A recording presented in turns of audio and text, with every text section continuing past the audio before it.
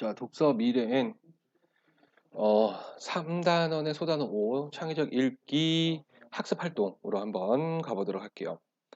자, 이 글에 등장하는 쓰레기 섬의 위치를 표시해보고 쓰레기 섬이 무엇인지 설명해보자 이렇게 되는데 위치는 여기일 거예요. 그죠? 여기 이렇게 있고 그 다음에 북두면 한류대 주변에 맴도는 해류에 형성된 바로 거대한 플라스틱 쓰레기 덤이다. 그죠? 자, 쓰레기 섬의 이야기를 꺼낸 이유가 무엇이냐? 자, 그래서 이 서두에서요, 찰스 무어의 그 내용을 인용을 했죠. 그래서 독자의 관심과 흥미를 유발하고 있습니다. 일화를 통해서. 자, 그래서 이 효과적으로 자신이 말하는 논지, 그러니까 주장이겠죠. 그래서 해양 오염의 심각성 환기, 국가적, 개인적 방지의 필요성을 전달하기 위해서 이런 예들을 쓰레기 섬의 이야기를 꺼냈습니다. 자, 해양 쓰레기 문제에 대한 정부의 해결책 이렇게 돼 있죠. 그래서 1993년에 운영을 했는데 2006년에 휴식연재 그렇죠? 그래서 쓰레기 해양 배출 금지했고요. 2012년에 런던 의정서 따라서 중단하겠다고 약속을 했죠. 그리고 2013년에 모두 육상에 처리하기로 하면서 해양 투기가 전면 금지되었다. 이거 정부가 노력을 한 겁니다. 그렇죠? 자, 그 다음으로 가서요. 자, 문제를 해결하기 위해 그 쓰니가 제시한 문제 해결 방법. 그래서 개인 차원은 물건을 아껴 쓰고 쓰레기를 줄여라. 국가 차원에서는 새로운 기술을 개발을 하고 투자해라. 그죠? 그 쓰니가 제시한 문제 해결 방법에 한계가 있다고 생각한다면 어떤 점에서 그러냐? 자, 그래서 해양오염이라는 건 이제 단일 국가 차원이 아닌 지구적 차원에서 추진을 해야 된다. 그렇죠? 그래서 이제 단일 국가 차원, 당위적 차원에서 필요성을 주장하고 있어서 조금 부족해 보인다 이렇게 돼 있고요. 자, 개인적 차원에서 대한 즉 물건을 아껴 쓰기라고 했는데 해양오염 방지하고 직결되는 방안이 아니라고 볼 수도 있다라는 거죠. 자, 그래서 이것의 이제 화제 바로 자원 낭비로 인한 환경의 훼손이나 오염 이것이 아니다라는 거예요. 그렇죠? 이것이 아니고 그래서 논의의 주부터 해양 오염과 관련된 그렇죠? 해양 오염 심각성, 방지의 필요성으로 설정돼 있으니까 해양 오염을 줄이기 위해서 그래서 물건 사용하기 아니라 사용 후 문제점이니까 쓰레기를 바다에 버리지 않고 육지에서 해결하는 더 나은 방법을 찾는 것이 중심이 돼야 된다는 거예요. 그렇죠? 자기 생각 창의적인 해결 방안 그게 뭐가 있을까? 뭐요? 네. 읽어 보시면 됩니다. 그죠? 소재 개발하면 되죠. 우리나라에서 개발했잖아요. 지금 그죠? 이제 상용화를 시키면 됩니다. 하여튼 대단한 나라입니다, 우리나라. 자, 그다음이 다음 페이지로 가볼게요. 음. 자, 창의적 해결한 방법에 초점을 맞춰 다음 활동 해보자. 그래서 유기견 방지 마이크로칩이 정답 이렇게 있습니다. 그죠? 한 해에 10만 마리의 유기견이 생긴다. 와우. 법적으로 그 동물들에게 주어진 시간은 10일이다. 여러 통계에 의하면 동물이 유기된 지 72시간이 넘으면 보호자를 거의 찾지 못한다. 결국 그들은 법적으로 안락사 대상이 된다. 그래서 유기견 문제 실태를 제시하네요. 그죠? 누구의 잘못일까? 호기심으로 잠시 집을 나온 개의 잘못인가? 아니면 문을 잘 닫지 않고 간 사람의 잘못일까? 동물이 나갈 수 있는 상황을 만든 사람의 잘못일 수 있지만 무엇보다 그런 상황이 발생할 수 있다는 점을 무시한 안전 불감증이 가장 큰 잘못이다. 자, 그래서 이제 원인 바로 뭐예요? 안전 불감증을 이야기한 거죠. 동물 등록이 의무화됐다. 3개월 이상 된 개는 동물 등록을 해야 된다. 반려견을 키우는 보호자들에게 책임감을 늘리고 유견이 발생할 때 귀환율을 높이기 위함이다. 동물 등록만 하면 유기견의 발생을 막을 수 있을까? 안타깝지만 그렇지 않다. 문제는 방법이다.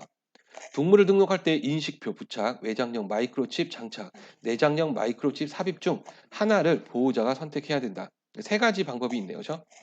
유기견을 일부러 버린 경우와 실수로 잃어버린 경우로 나눌 수가 있다. 그래서 유기견 발생 원인 두 가지네요. 하나는 일부러, 하나는 실수. 그렇죠? 자, 일부러 버린 경우 외부 부착용 인식표를 제거하고 버리면 그뿐이다. 누가 버렸는지 확인할 방법이 없다. 실수로 잃어버린 경우는 개가 호기심 등으로 집을 나가는 경우다. 가끔 산책 중에 개를 잃어버리기도 하지만 흔한 경우가 아니다. 문제는 외부 부착용 인식표를 실내에서 항상 착용하지 않는다는 점이다. 인식표를 부착해도 유실되는 경우가 많다. 집에서 이미 인식표를 잃어버린 경우도 많다. 이 때문에 외부 부착용 인식표는 실제 유기견 발생 억제 효과가 작다는 거, 잃어버리기 쉽다는 거죠. 자, 하고자 하는 주장이 이거네요. 내장형 마이크로칩만이 바로 유기견 발생을 확실히 줄일 수 있다라는 거예요. 이게 주장입니다. 그죠? 얼마 전 병원에 들어온 유기견 한 마리는 마이크로칩을 확인해 30분 만에 보호자를 찾아줄 수 있었다. 하지만 다른 한 마리는 아직도 주인을 찾지 못하고 유기견 신세이다. 아마 보호소로 보냈다면 이미 안락사를 시켰을지도 모른다. 부작용 때문에 마이크로칩 삽입을 거부하기도 하는데 2009년 미국 수의학 협의회 조사에 따르면 굉장히 구체적인 근거를 제시하네요. 저 출처를 밝혔고 신뢰성이 높습니다. 그죠? 마이크로칩 부작용으로 탈모, 염증, 부종, 종양 등이 나타나는 사람이 매우 드물었다. 그래서 이 예상되는 반박에 대해서 반론을 한 거죠. 아니다라는 거예요. 그죠? 국내 조사한 결과도 별반 다르지 않다. 유기견은 동물을 좋아하는 사람들만의 개인적인 문제가 아니라 사회적이고 국가적인 문제다. 많은 관리 비용이 소요되므로 체계적 효율적인 관리를 위한 적극적인 노력이 필요하다 했습니다. 그래서 경향신문 기사문이고요. 논설문을 볼 수도 있죠. 주장을 했으니까. 그래서 당연히 설득 설명적이다라는 거. 그래서 유기견 발생의 감소나 방지를 위해서 바로 마이크로칩을 삽입해야 된다. 특징 중요하죠. 구체적 자료를 제시했어요. 설득력을 높입니다. 구체적 자료가 뭐예요? 아까 2009년 미국 수의협회 조사. 그렇죠? 이런 것들을 이야기할 수 있고 그다음에 동물 등록률 세분화 있죠. 어디서 이렇게 이름표 부착, 외장령, 내장령. 그렇죠? 그래서 독자들이 이해하기 쉽도록 도와줬다라고 볼 수가 있겠네. 그렇죠? 자, 문제를 한번 가볼까요? 문제 상황은 뭐냐라는 거예요. 그죠? 반려견들이 버려지고 있다라는 거. 그죠? 그래서 그 방지하기 위해 제시한 대안과 그 한계. 인식표 부착인데 항상 착용하지는 않는다. 잃어버리기가 쉽고 그다음에 인식표를 제거하고 버리기가 쉽다라는 거. 외장형 마이크로칩. 인식표와 동일한 한계점이다. 그죠? 내장형 부작용이 발생한다. 그렇죠? 이런 인식 때문에 삽입하는 것을 꺼리고 있다라는 거. 자, 그래서 효과적으로 해서는 창의적 방법과 실효성. 자, 아까 토의해보자 뭐 이렇게 되어 있는데 이거는 읽어보시면 될 것 같아요. 스스로 점검해보자 뭐 이렇게 되어 있는데요. 창의적으로 읽을 때의 태도 이렇게 있잖아요.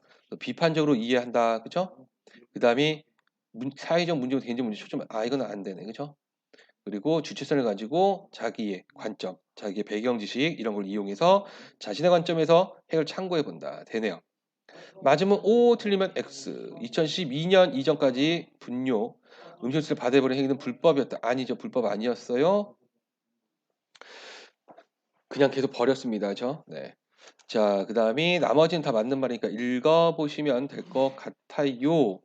자, 이렇게 해서 우리가 학습 활동까지 다 봤습니다. 고생하셨어요.